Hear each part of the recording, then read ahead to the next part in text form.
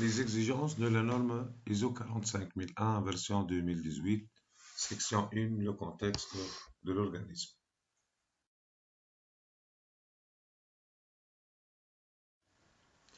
Structure de la norme ISO 45001 version 2018. Introduction, domaine d'application, 2 références normatives, 3 termes et définitions, 4 contexte de l'organisme, 5 leadership et participation des travailleurs, 6 planification, 7 support, 8 réalisation des activités opérationnelles, 9 évaluation des performances et 10 amélioration. Quels sont les avantages de la norme ISO 45001 version 2018?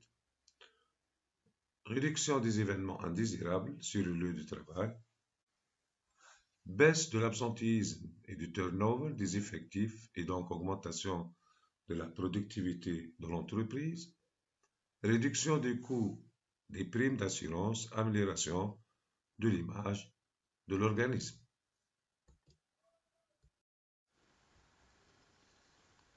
La finalité du système de management, SST,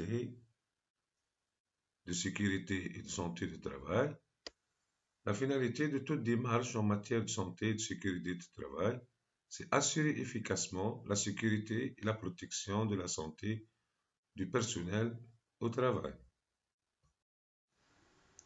Finalité d'ordre financier, limiter les coûts directs et indirects. On trouve aussi la finalité ou bien les enjeux d'ordre juridique et commerciaux, limiter les conséquences en matière de responsabilité pénale, améliorer l'image de marque de l'entreprise. Pour atteindre les objectifs, une activité doit être organisée. Exemple des instructions de travail doivent être établies. Des consignes aussi doivent être établies.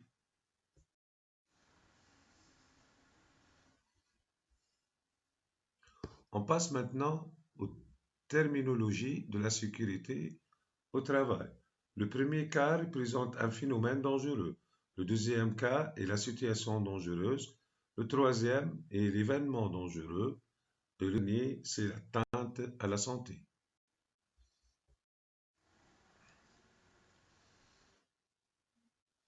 Le contexte de l'organisme, les solutions proposées sont établir une analyse PESTEL afin de déterminer les éléments d'enjeu externes, établir aussi les éléments d'enjeu internes, établir la matrice SWOT, déterminer les enjeux et identifier les risques et les opportunités, prioriser les risques et mettre en place un plan d'action.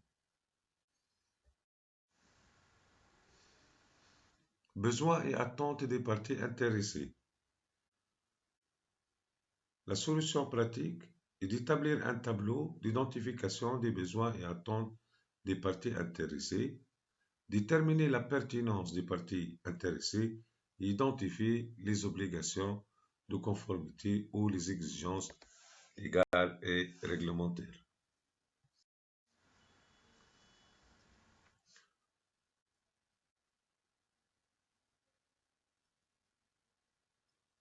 Domaine d'application. La solution pratique est d'établir le domaine dans un manuel SST. Système de management de la sécurité et santé au travail. Exigence. L'organisme doit déterminer les processus nécessaires et leur interaction. La solution pratique proposée est d'établir le résumé du système dans un manuel SST et la cartographie des processus. Cartographie des processus, voici un exemple. À vous de jouer maintenant. Dans le cadre de mise en place d'un système de management SST dans votre organisme, déterminez les enjeux internes et externes. Donc, vous pouvez télécharger notre modèle A, section ressources sur la plateforme où vous avez le lien direct dans le cours. Deuxièmement, il faut identifier les parties intéressées, leurs besoins et attentes, bien sûr. voir modèle 2, section ressources ou télécharger le lien direct à partir du cours PDF.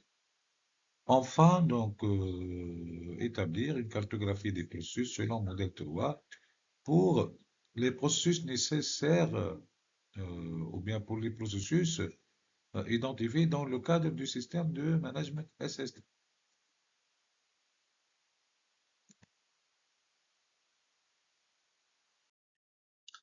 Voilà, donc merci pour votre attention et à la prochaine section.